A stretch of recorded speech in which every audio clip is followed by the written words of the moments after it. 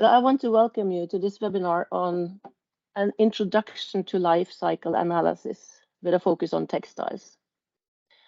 And just to repeat once more, the webinar is recorded, and please turn off cameras and microphones. And we are very excited to see that so many people are present today. And that shows, of course, that life cycle analysis is a subject that interests a lot of people out there. My name is Kjersti Kviseth, and I am an associated partner of the Norwegian Fashion and Textiles Agenda. I work with them on circular design, circular products, and other kind of design-related projects. Our head of sustainability, Gro Haram, unfortunately is ill and has to stay in bed today, and she was supposed to be the one welcoming you all. So we all join me in wishing her a quick recovery. The Norwegian Fashion and Textile Agenda is a national cluster for the fashion industry, for textiles, and the outdoor industry in Norway. And our mission is to design national projects and engage companies in the development of these projects to build competence, to accelerate a positive change. So it's a lot about sustainability, it's a lot about circularity, but also technology and other exciting future possibilities for the textile business in Norway. So we are very excited about today's webinar.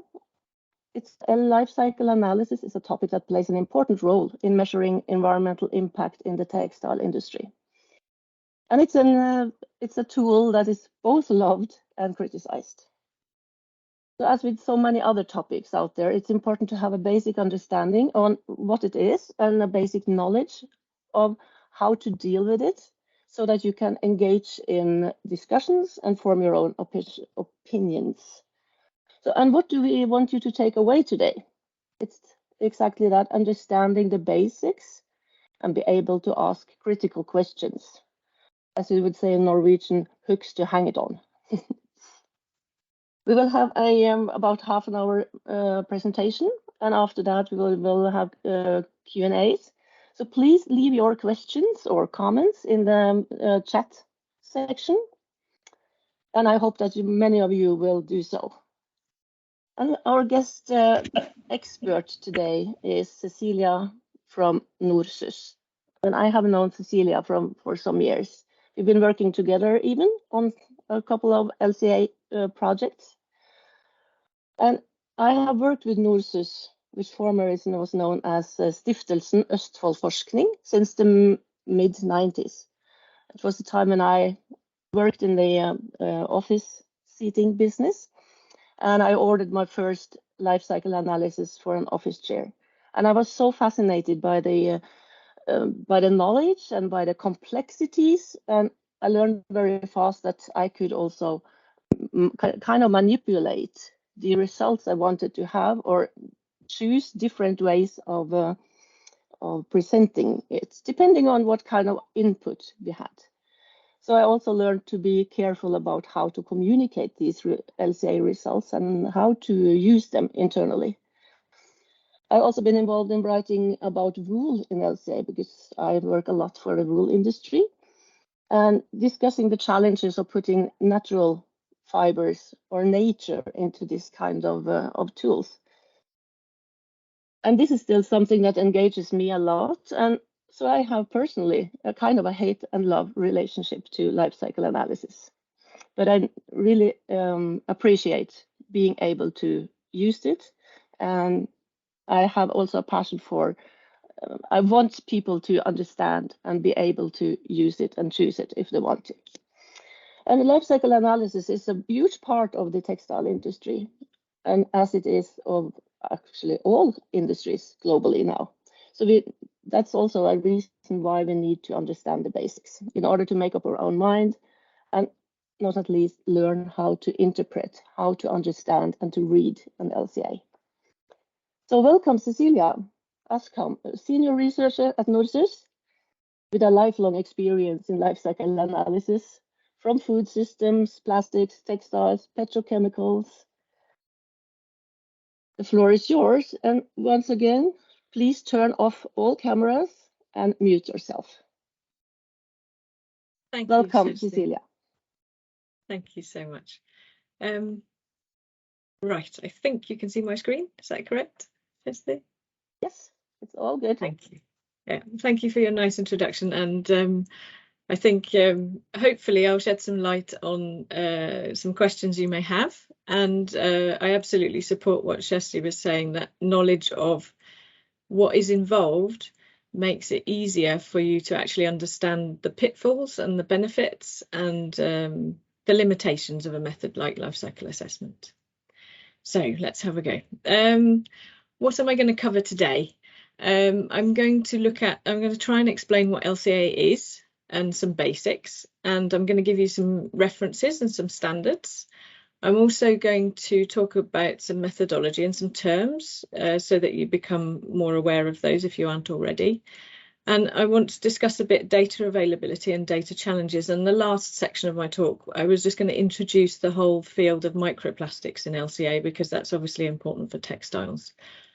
I need to have some technical details to explain the basis of LCA.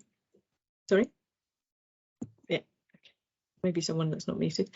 But I'm trying to keep it a reasonably okay level for people with lots of different backgrounds. And please do ask questions, as Shesti said. So what is LCA? LCA is actually a systems engineering method. A lot of people working with LCA have some form of engineering background. It's not always the case, but that can help. And often a knowledge of mass and energy balances and how they fit together is really important. For those of you that have done engineering, you'll understand what I mean.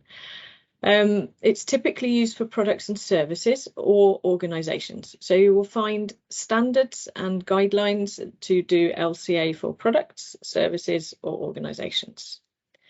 And obviously that affects what you include and how you set your system boundaries.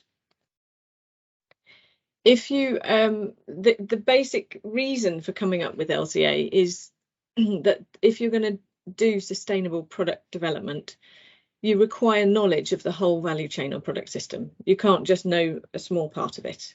And in the 1970s and 80s, the work trying to improve the environment basically more or less focused on single issue aspects and single life cycle stages. So maybe a specific factory or a specific waste treatment process. And the ways of addressing environmental problems were often end of pipe. So one would think of cleaning an effluent, whereas the value chain approach, that means that you think of the whole value chain and you try and avoid suboptimizing single steps in the chain, but look at the whole chain. And the term was in this book by where the editor was Walter Klopfer.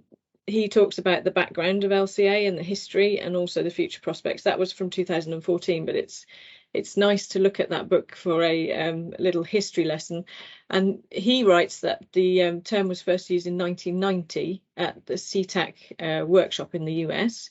And CTAC stands for the Society of Environmental Toxicology and Chemistry. They pop up quite a lot in LCA because that's where the methodological work has happened really in the CTAC arena. And then there's also been further collaboration with the Life Cycle Initiative and United Nations Environment Programme, UNEP. If you want to have a quick film and look at LCA methodology, we've made a little YouTube film. There's a Norwegian version and an English version. I think I've linked to the English version here, but you'll find them both there if you're particularly if you want to sort of have a quick overview video. It's only a few minutes. Yes, so as I was saying, traditionally one perhaps looked at one factory, one activity, and trying to reduce the emissions from that. But we also know, as I'm certain aware, that every factory that operates is there for a reason. They don't just put up a factory to pollute. It's got to make products and it uses raw materials. So it sits in a value chain, as you see here. So this is a very simplified impression of some raw materials going in, being something being made, and then different stages of the product life cycle after that. But reality is much more like this, because every single one of the steps along the way needs resources like electricity, and maybe that needs raw materials and so on. And then, as we know, the world is not in straight lines. Even our industrial systems, they mirror ecological systems, and some person's waste is another person's raw material and so on. So the interconnections look much more like this.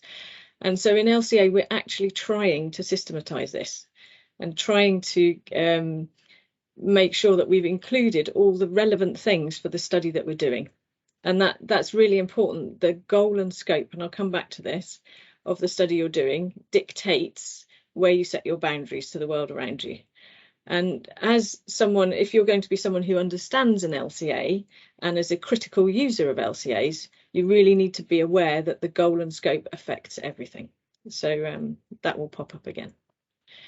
Some references. Back in 1995, two of my colleagues, actually, Ole Jørgen Hansen and Anna Rønning, were involved in the Nordic Guidelines on Life Cycle Assessment. That was one of the first documents that you'll find on this.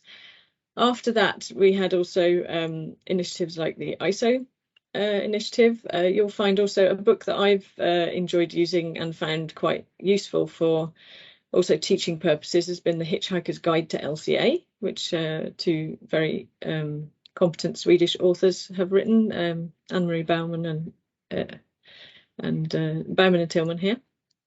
And then one more recent one is the LCA Guide to Best Practice. That's used as a pensum or a book for life cycle assessment courses at NMBU right now. That's also interesting to know about.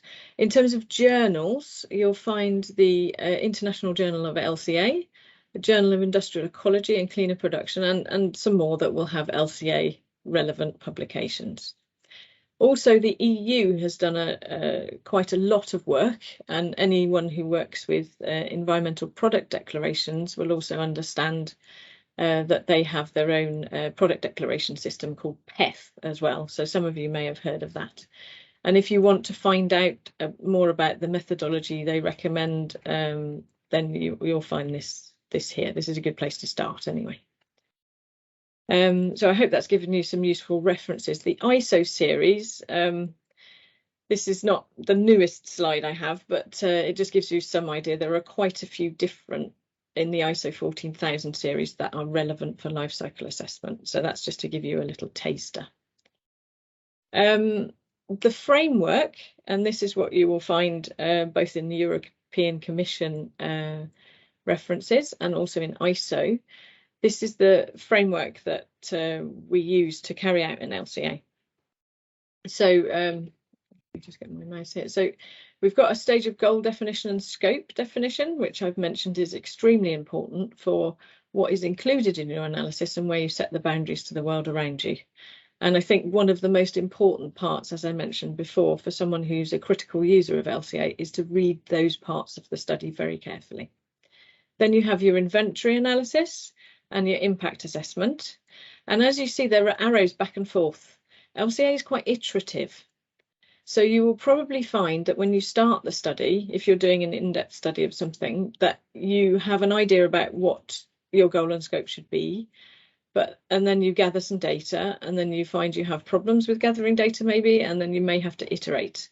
And then with your impact assessment as well, you may also have to iterate around, okay, what can we analyze and so on? What data do we have? What methods do we have?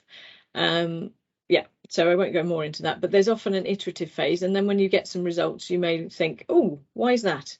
And then if something turns up as very important and you actually don't have very good data on it, then you might go back and try and get better data. So it's an iterative process.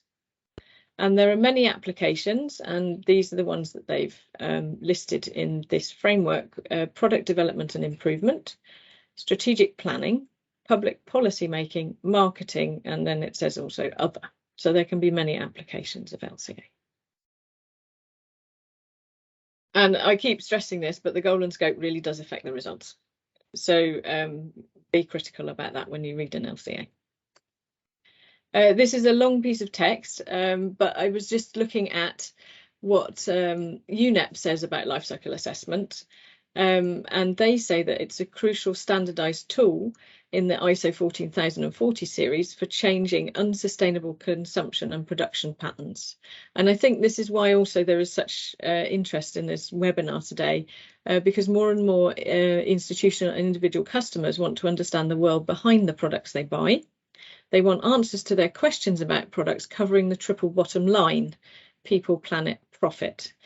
This type of product sustainability information is revealed through life cycle sustainability assessments. Understanding, quantifying and communicating the sustainability of products is part of the solution to continuously reduce their impacts and increase their benefits to society. So as you see, this is just a part of an introductory text to this report. The link is there. But it also explains a bit about the UNEP Lifecycle Initiative and the collaboration between the Society for Environmental Toxicology and Chemistry. And they've been working together to promote life cycle management as a key response to the sustainability challenge since 2002. So LCA is arisen because people want to be able to address these issues that we all care about, really. So and as was mentioned earlier, it's not necessarily a perfect tool, but it's probably the best we have to try and address all of these big questions that go across big life cycles and global and so on, exactly like it is for the textiles industry. So some relevant publications that may be interesting for those of you that are particularly interested in textiles. I have collaborated, as has Shasti, with Sandra Roos from at the time she was at Chalmers, and she is now working in industry. But these are some studies that here, the Mystery Future Fashion and this PhD that she's done, that I think are very interesting in terms of LCA of textiles. Also in the same institution, you'll find LCA on fast and slow garment prototypes and Swedish clothing. There's a lot of things that, if you're interested in LCA of textiles, that would be interesting in that for you, and that can potentially be applicable to other Scandinavian countries, or could be good examples to look at. A garment LCA, this has been taken from Sandra Roos's PhD. She has just shown here, it's I mean, obviously each textile would have a very specific production process, but she's put in here that in the dotted lines as production processes. Her focus was chemicals in this publication, so the arrows just ignore that are coming in the top, and I've deleted some arrows that are down at the bottom. So I've just basically taken this figure and adapted it a little, just to give you a simple overview of a typical garment LCA kind of flow chart. So you've got raw material extraction, fibre production, yarn production, fabric production, and then you may have wet treatment, material distribution, garment making, transport, brands and retailers, users, waste collectors, waste treatment and recycling. And there may be many other processes involved in each of these process blocks, and there may be slightly different ones for your given textile or garment. So this is just an example. When we do an LCA, we have to try and set up a kind of flow sheet like this. And this can be one of those iterative steps, because someone like myself is an expert in LCA, but not an expert in the specific industry we're looking at. So as Shasti said earlier, I've looked at drink products and their packaging. I've looked at office chairs. I've looked at offshore paints. I've looked at all kinds of things, electricity production systems and so on. So I'm an expert at applying the methodology, but I'm not necessarily an expert at the industry my client is from. So in this case, I have to be a detective, and I have to find out what the processes are. And one does look at literature, but also ask, if you're working with industry, you ask a lot of questions and you try and dig into it, and okay, can I split this up even more? So in a flow sheet like this, we might show one process, say in the plastics, for plastic textiles, one process may be a refinery, but a refinery can be split up into very many processing steps, and not every product needs those. So yeah, so you have to be clear about your processing that you need to make the product that you have, and to try and make a flow sheet for that first. And then for each of those processing steps, and I've shown them down at the bottom here, just so that you see each of these boxes, and if those again are split up into more smaller boxes, as it were, each one of those we need to know everything that's coming into them, energy and raw materials, for example, and everything that is leaving them, so emissions or waste. And if it's waste, you want to follow that also as what happens to that as best you can. Yes, and of course that previous slide, you can imagine that for every single block in your value chain there, that is quite a complicated exercise. So we obviously have to make it possible to perform these analyses, we have to then think about what data do we use. So we have a foreground system and a background system typically. It's not always the case, but this is often how we think of it. So the foreground system is where you have contact, where you can get specific data. And then often the background system can also be things like utilities, like electricity. So databases today for LCA, they often have country mixes for electricity, or regional mixes, and so on. So those utilities are usually database related. So, but when you're doing this inventory data gathering, you have to think, what do I need? What does my goal and scope tell me that I should be getting, and what sort of data quality do I need? And then what is available in databases, and how much specific data should I be gathering? And if you are comparing one product with another in your study, there are rules for that under ISO. So you have to use the same data quality as far as possible for two products that you're comparing. Doing anything else is not, as we would say in England, not cricket. The goal and scope will affect the data that should be used, and it should affect it. So that's, again, I bang on about goal and scope, but this is important. So if you say that I'm going to do a study of global average production of, say, a t-shirt, then you will look for global average data. But if you're saying I want to compare the t-shirt in this specific shop with made of this specific material with another specific t-shirt made of another specific material, then you really must gather a lot more specific data. Otherwise, it's not a fair comparison. I wanted to talk about, since we were looking at data, there's something, it's a very basic principle, but when you look at traditional LCA databases, this is something I mocked up some years ago. Obviously it says 2006 actually for a poster at a conference then. What the databases do, they look at the flows that are going from our what we call technosphere, where the human activity happens, where industry is active, and the flows to the technosphere from the planet, and from the technosphere to the planet. So that's quite a basic principle that you need to be aware of. So one thing that we were bringing up in 2006 with this paper was that if you wanted to communicate between businesses, the databases weren't able to do it back then, and they're still struggling a bit now. And I expect some of the people online, for example, from LCA.NO, I saw there were a few people from there. They're very aware of what EPDs need, so environmental product declarations based on LCA. But in an EPD, you would split, for example, the oil and gas resources that are used for plastic that are still remaining in the product. You would separate those from the oil and gas resources used for energy that are then gone and used up. So this is why you might have different data needs at different parts of your LCA, depending on what you're using it for. And you might present that information in slightly different ways.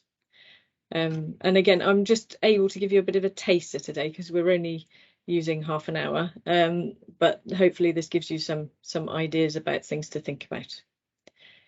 So imagine the case where you then have your inventory. So you've looked at your whole product life cycle, you've got all your emissions, all your resource uses, and all your energy flows that you need for this whole system that you're analysing.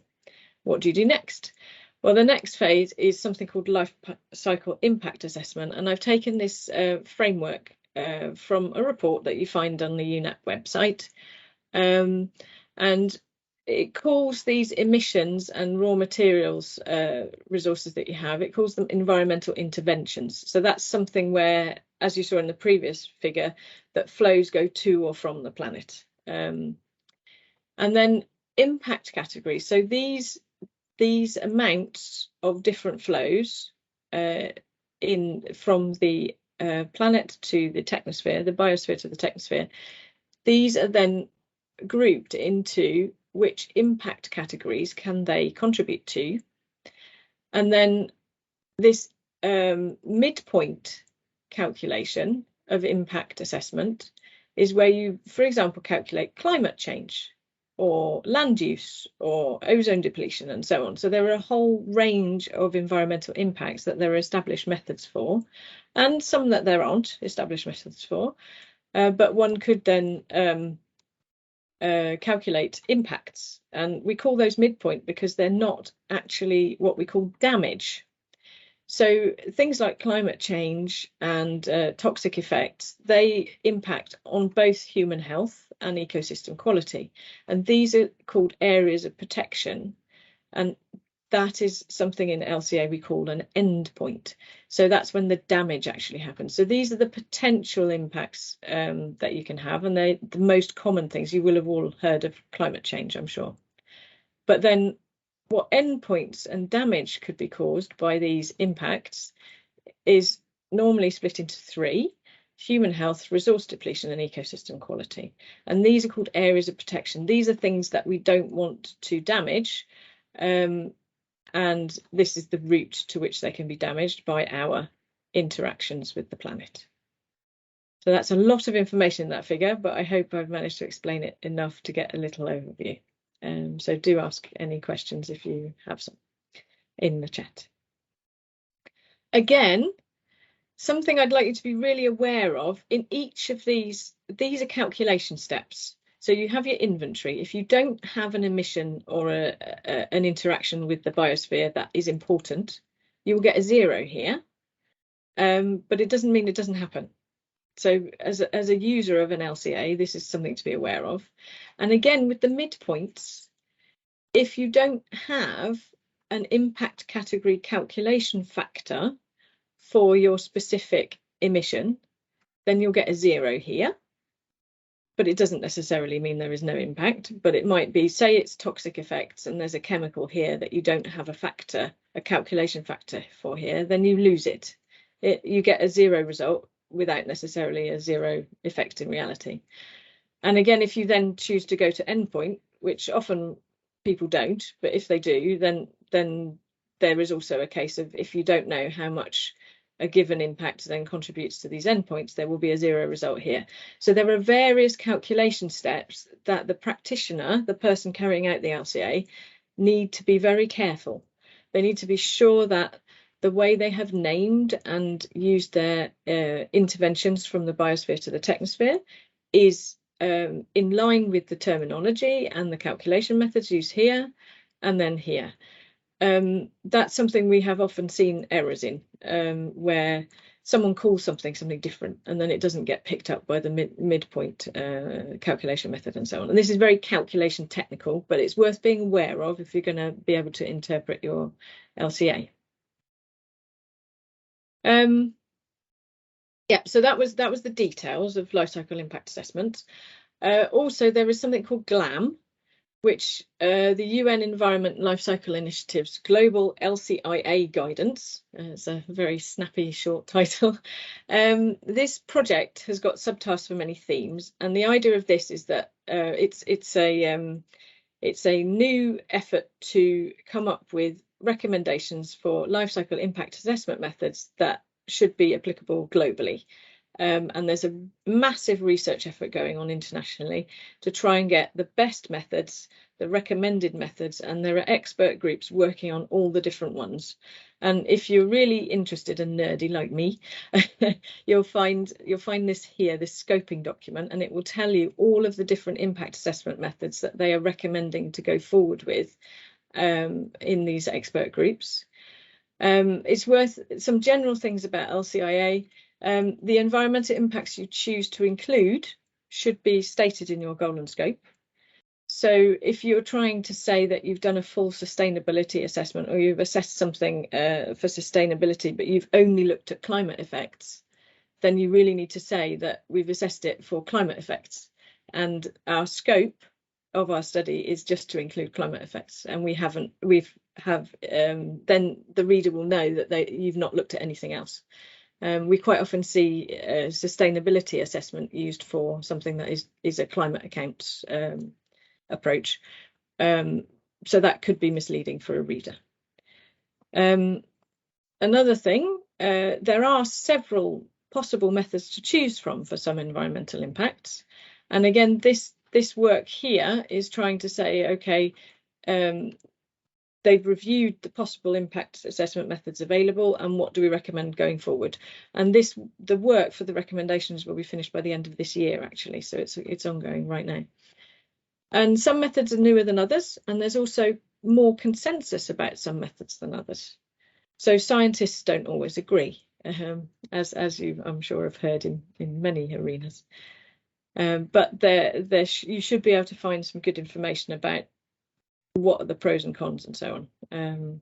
Yeah, I won't say much more now, but if you're interested, you can dig into some things like Glam, and also the Joint Research Centre on LCA in the EU have done some recommendations on the LCIA, but that's some years ago now, so this updates all of that. Weighting. Now, you may come to a situation in an analysis where some of your environmental impact results are pointing in one direction and some in the other. So say you were comparing two products or two different interventions or solutions to a problem, and one of them said, if you just looked at one of them, it would go, your decision making would go one way, and if you looked at another, it would go the other way. How do you decide? And also, which is more important than the other? Some people say, for example, that the ozone layer issue is solved, so we shouldn't focus on that too much. But obviously climate is definitely not solved, so we really need to work hard on that. So they might prioritise climate over ozone layer issues. And there's an example in that book that I showed you earlier by Klopfer and Graal.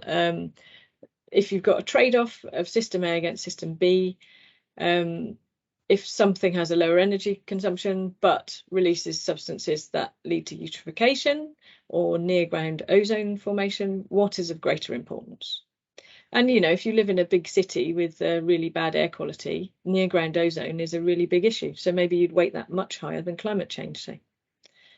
So weighting is something, but it is also subjective and value-based. So that's also something that can cause controversy. Yeah, back to the framework. So I've talked through actually all of these specific steps here. One thing I have glossed over, which any LCA, anybody teaching LCA would be horrified at, is functional unit. I've chosen to leave that out because of time constraints, but just to say the function of the system that you're analysing should be the basis of your study. So that's really important. And I see time is ticking on. I wanted to mention something about data quality and data availability, which I think is extremely important for textile LCAs. If you are interested, environmental product declarations, that should be LCA documentation business to business.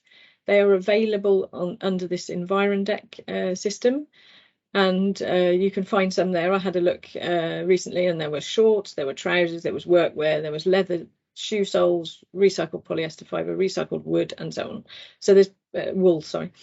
So you can have a look at those if you want to see some LCA data in the form of environmental product declarations. When I look in my databases, in my software, I use SEMA Pro at the moment, but there are others available. There's all sorts of yarn and woven and non-woven and knitted and so on. And if you look at the processes involved, there are different production processes, yarn production and so on. It's really important that the practitioner of the LCA, the one carrying it out, gets to know what processes they need.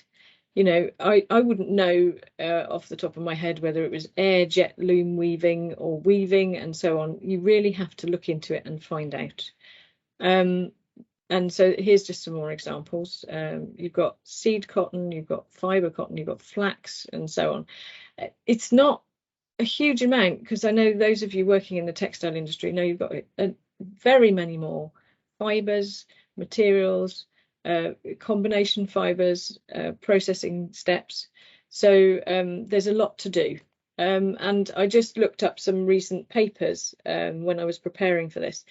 And one of the articles, and I've put the link in here, they conclude with they're actually comparing textiles of different types of textile, and I'm not going to show you the results of that, but the conclusions I think are of interest here for me when preparing for this was that the LCA results of textile products over the whole value chain are case dependent, particularly when you've got dyeing and finishing processes, they say, and the use phase and end of life are included. We need further LCI data studies on textiles and garments. It's urgently needed to be able to have good quality LCAs. Data resolution and data quality, that's something that I bang on about, but it must be as similar as possible when comparing textiles. And you must think of function, because the weights of the different textiles will be different for the same application. And then transparency and data availability needs to improve. And we practitioners must include all relevant processes, raw materials, and strive to achieve data quality parity for emissions. So if you've got a really big focus on herbicides and pesticides in an agricultural based production system, where are your toxic emissions from your petrochemical based system? Are they equally well documented? And if you are doing a comparison for public information and for marketing, you have rules you have to follow. I'm not sure, Shashti, if you want me to carry on. I have a bit I wanted to say about end-of-life treatment. What do we gain from textile recycling, and a little bit on microplastics. But I'm conscious I might be using up the discussion time. Shall I press on? I think you could press on. You have some more minutes. This is so interesting. Lovely. So I was involved in a study together with these co-authors shown here on the side. A Nordic Council of Ministers job about circular flow of textiles. That's publicly available online, so you can find that report if you want. Sandra made some great slides, I think, to explain something that we found about recycling. So if you're going to make 20 kilos of viscose fibres, she had this great slide here. You need, you basically, for one tree of this kind of dimension, you can get 20 kilos of viscose fibre, and you get the wood of a certain amount and the dry mass here, and the tops, root and bark, 12 kilos. You get from one tree of this size, if you just use it for energy and heat, this is what you would get out of it. So this is, you know, sort of calculations that she's done, and she's got the references here. But if you were going to look at the material for your viscose fibres comes from one tree, the energy you need to make your viscose fibres and your garment comes, the energy you need to make your viscose fibres is 1.3 trees. If you're making it all the way to a garment, because of all the processing we need from the fibres all the way through to a garment, we need 13 trees. So to come up with 15 kilos of viscose garments. When we recycle, if we recycle back to fibre, we still have to, so then we've replaced this one and a third tree that we needed to produce the fibre originally, but we still have to add the 13 trees. So that I think was a really nice illustration of when you get to recycling, recycling is a really nice idea to preserve the materials in the high quality materials that are available in the garment, but we still need to then add all of these resources to make a new garment. So it's really worth bearing in mind that recycling is a way of maintaining materials and not taking new out of the planet for the actual material in the garment, but you still need to add a lot more resources to make a new garment. So be aware that just because you're putting your garment into recycling doesn't mean that you're doing as good a job as if you reused it, you wore it for longer, you repaired it. So that this is just a really nice illustration that she made, I think, of how that looks. So recycling, great, but only when you've really used it as much as you can, and you've reduced what you bring into the system of the planet's resources in the first place. That's just a quick whistle-stop tour. But if you're really interested in the other parts of that study that we did, have a look at the report reference that's in those first slides. Microplastics in LCA. I am part of a scientific committee who is looking at trying to include integrating potential environmental impacts of marine litter into LCA. So it's not just textiles, but much more than textiles. It's macro, micro and nanoplastics. And textiles is just one of those things. It's worth bearing in mind which textiles release microplastics. All virgin and recycled synthetic materials, including acrylic, elastane, nylon and polyester, all release microplastics in their life cycle when they're used, when they're washed. The ones that don't, cashmere, cotton, hemp, linen, man-made cellulosics like viscose, mohair, silk, wool. So if you want to avoid contributing to the microplastics problem, then this table here, I think, is just worth knowing about. But obviously, you have to weigh that up with other environmental impacts if you're going to do a thorough job. And so integrating the issue of whether microplastics are released or not into the LCA is really important, because how do you then value that against climate change and other things? So what's the problem is, you can either make a decision making on do these textiles do they have the potential to produce microplastics or not, but maybe that's not the only issue that you should be caring about. So this is a very complicated figure, so I promise to not be too complicated today, but this is the framework that Marilka has developed. So there's a nice publication by John Woods from NTNU and colleagues in 2021 that shows the framework that we're working on in Marilka. So if you see over this side, plastics released to specific compartments, and by compartments we mean air, water, soil, whether it's freshwater, seawater and so on, and whether they're macro, micro or nano. And then there's so this is the inventory, so the emissions, as it were. And there's a great project by Qantas called the Plastic Leakage Project, which has worked on this, and a company called EA that also have worked more on some of these issues. And then the fate of the plastic is then very important to find out what happens with it and whether it is hazardous, and exposure to these given plastics, and then what effects do they actually have on their on the target, so whether it's humans, ecosystems, or whether it's financial losses.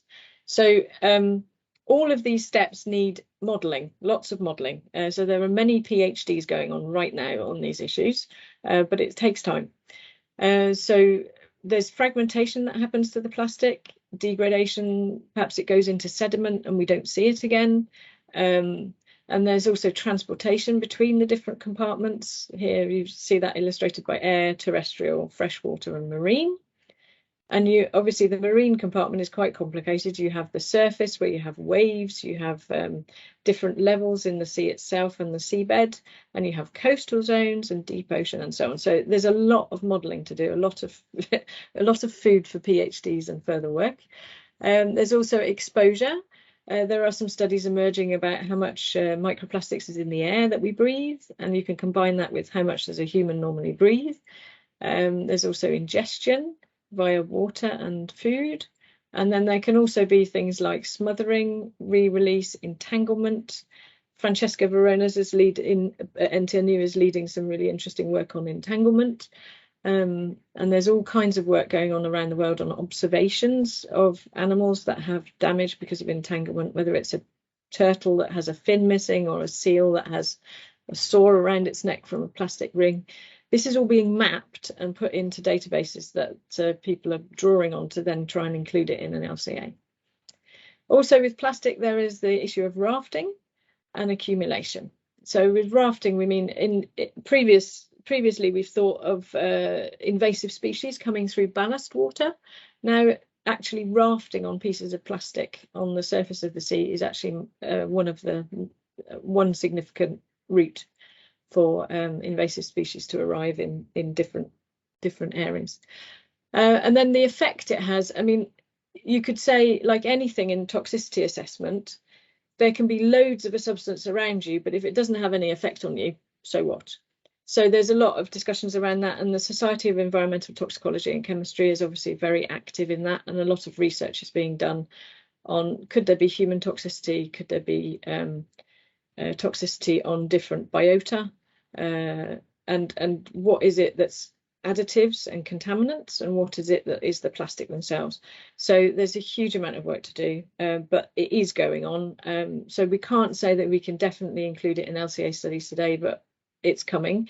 At the moment, we have a factor for physical effects on biota that has been published, and I've used that in some a book chapter that's coming up on some food packaging studies.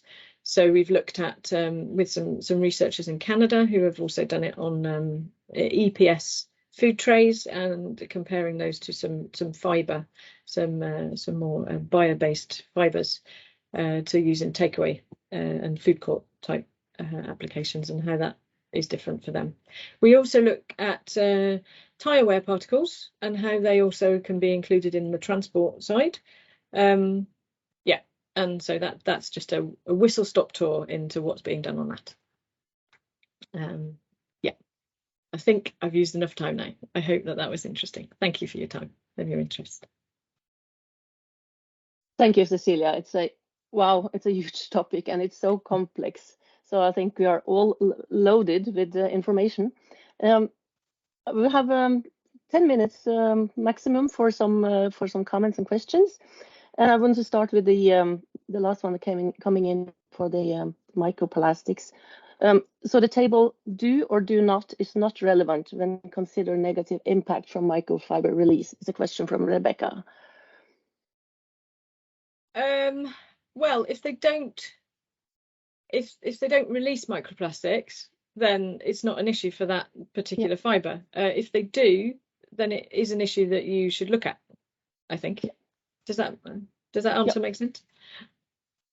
I hope so. I think it's also relevant comments, a couple of them from the audience, that of course all textiles release microfibers. Yes. And you have been specific to microplastics. And there's, I want to link you to the Microfiber Consortium, which is doing a lot of research on all kinds of fibers. Let's say a wool, cotton, hemp, jute, they don't release these plastics that are consistent in the environment, but they might carry other effects, negative effects, like their dye stuffs. And so we don't know enough yet. But this was specifically about the microplastics, and we are very concerned about the microplastics coming from the synthetic textiles and how to include them. So that there's many comments. I think that's one of the issues that we are really kind of very much into in the industry today, to try to learn more, and we are all hoping that the issues about microfibers and microplastics will be included in the life cycle analysis. So this was a bit promising for future life cycle assessments, I think. There was one question in the beginning from Johan. Are the process steps standardized? Is there some kind of taxonomy? Yeah, I mean, I would ask a textile producer, do you have a standardized process, and do you know that your competitors are using the same? I doubt it, to be honest. There will be, I think, if you look at the Mr. Future Fashion reports, they're quite nice. The ones that I showed earlier in my slides, have a look at those and see what the variations are. Sandra Roos's PhD, she looked specifically at chemicals used in the different processes. So she's had a real dive into what processes are involved that use chemicals. So hopefully that would give you an indication. But I suspect it's like many industries, some steps will be fairly standard and some will be quite unique to a given producer. I don't think you can say, and maybe I'm not sure about the detail of your question, but that someone using one type of fibre may need to prepare it in different ways to get it ready for weaving and knitting, and depending on the process it's going to. So your yarn processes and your finishing chemicals, all kinds of things will be slightly different depending on the fibre type that you're working with. Maybe if it's a given fibre, it would be quite standardized, but still there's thickness. I read somewhere only a couple of days ago that the thickness of the yarn is really important for how much energy you use. So that's one of the studies that I then referred to about the one where I had the quote. They actually said the thickness of the yarn was really important to know the energy use in the processing. So it does affect it quite largely. So the thinner the yarn, the more energy per mass unit. But then maybe you make a very light clothing. I don't know. So yeah. So I don't think you can assume they are. It depends on the goal and scope, though, because if you're looking to do a kind of rough average screening study, maybe you can use some standardized processing. So it's a bit of a highly complex thing, and I know that in the Higg index MSI they are kind of standardizing those steps, and it's very detailed. And you showed a long list as well of all the many detailed textile processing steps that are available, and it's the thickness of the yarn. It's a lot of other details that are kind of standardized to be able to kind of compare them with each other. But this comparing two different kind of textiles, and I think that's maybe the one of the main issues in our industry, is that it's we want so much to compare, and we want to have them to be kind of alike, so it would be easy to compare a polyester t-shirt to a cotton t-shirt. And when you go into the life cycle assessments, we see that it's not apple and apple, it's apple and pears, or even worse. So this is a very important issue for this industry and for this audience. How do we deal with that? If I have one assessment of a polyester t-shirt and one of a cotton, how do I compare? And it's probably back to you mentioned about the weightings and our values. I think people are struggling a lot with these kind of decisions. Yeah, and I mean, if you're an organization, maybe you've looked at priorities according to Sustainable Development Goals. So maybe that should have an effect on what you put weight on when you're making your decisions. I think a lot of people have chosen Sustainable Development Goals because they feel they need to, but they don't know how to I can't say it, to make them operational. And maybe you have some frameworks in your organization that say we value this higher than this. But it is actually, at the end of the day, a value choice that you make. So people hate that because they'd like me to say this is the right answer. But like everything in life, it's lots of shades of grey, and you have to choose what you care about the most. It's like when we go to an election and make a choice. We have to choose what is personally important for us.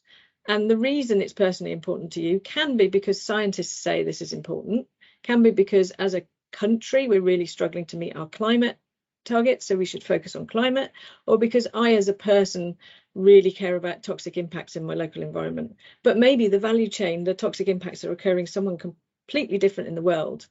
Are you looking at it with more sort of economical system boundaries, you might say, well, it's I pay, so that's okay. I wouldn't say that, but you know, trying not to moralize too much. But everything comes down to value choices, and sometimes you have to do trade-offs. It's uncomfortable, we don't like it, but it's life. And I'm co-chairing actually in the UNEP Glam work, the group that's working on weighting. So I'm thinking about this a lot. And we're actually interviewing people around the world in a survey about whether they value more human health, ecosystem quality, or resource loss. And we're actually forcing them to make choices. And then we're using a research design that gives them different choice cards, and they have to choose. This is something everyone thinks is very uncomfortable, but if we're going to weight things, we have to do it. So it's interesting. So publications hopefully will be coming next year on this, but it's work ongoing. So we really do have to make those value choices in the end, I'm afraid. And we have to communicate them well. Yes, and that's important. Be transparent about the basis of why you've made these choices, because other people can then look at your study and go, yeah, but I don't agree with that. I'd rather weight this than that. And then they could come up with a different conclusion based on exactly the same information. And that may open LCA to criticism, but it should be transparent enough for you to be able to then say, okay, they've put their value set on it and they think this, but I actually think that. Just like in an election, you go and choose something else. You know. And that's also the reason, I think, for our industry to have started talking about bad materials and good materials. And it's a fight about the one or the other without thinking about this weighting and your value choices. I so much agree with you on that. Our time is running out. I get so many both questions that we will try to answer. It's in the chat or after the webinar, and a lot of compliments for giving a great presentations on a very, very complex topic, and you get a lot of applause, Cecilia. Thank you. And it's also on our plan at NF&TA to follow up with the next webinar in January, hopefully. And with all those comments, questions, and things I have noted, there's definitely a need for that, and to have to continue this conversation and continue the learning, which is so important for our industry. So I'm sorry, guys, to disappoint those of you who didn't get a direct answer online this morning, but I hope you will be back next year to follow up with us. I wish you all, thank you for a great presentation, comes again and again in the chat. I wish you all a wonderful day, a wonderful end of the week, and thank you again to Cecilia for taking your time to explain to us these complex issues. See you soon, all of you.